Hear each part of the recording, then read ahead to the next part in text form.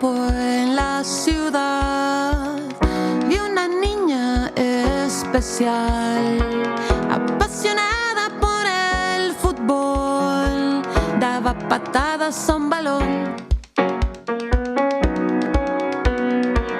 Sin embargo, su papá piensa como los demás. A las muñecas tiene que jugar para aprender a ser mamá.